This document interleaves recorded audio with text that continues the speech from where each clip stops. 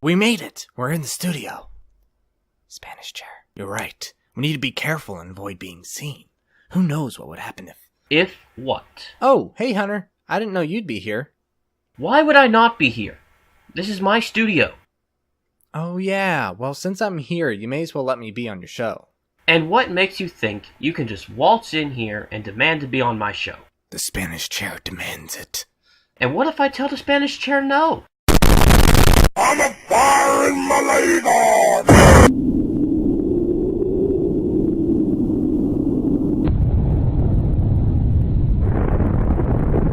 That's what happens if you say no.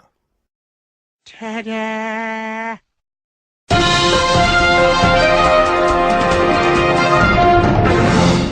Welcome back to Ace. Last time we talked about the SR-71, and in that episode I mentioned that it had stealth capabilities. Well, now we are going to talk about the first stealth fighter, the F-117 Nighthawk. The Nighthawk was born as a result of the Vietnam War.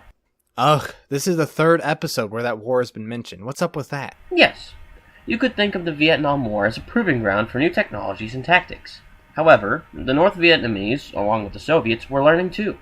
The Soviets had developed advanced missiles in their arsenal. These missiles wreaked havoc on the bomber formations that were attacking their targets over north of Vietnam. So it would stand to reason that these missile attacks prompted defense officials to hold a contest in 1973. The goal was to create a bomber that was undetectable by radar. Yes, that's the exact point I was getting to. In Lockheed's Skunk Works facility, Ben Rich came up with a diamond-like design for an aircraft. Kelly Johnson was adamantly against the design, claiming it would not fly in the slightest.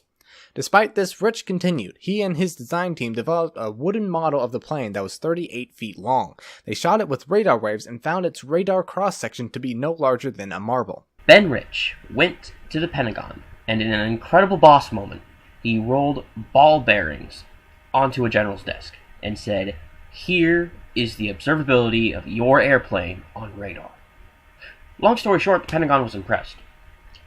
A contract was awarded immediately in 1976. Skunk Works began working on Have Blue, the first prototype that would eventually become the Nighthawk.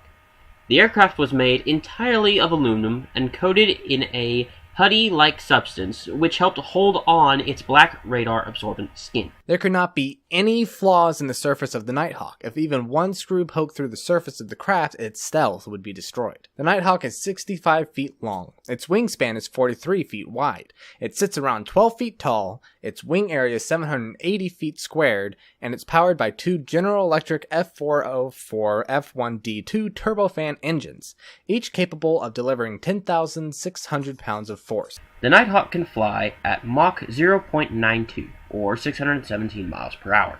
It has a range of 930 nautical miles, a service ceiling of 45,000 feet in altitude, and it has two internal weapons bays.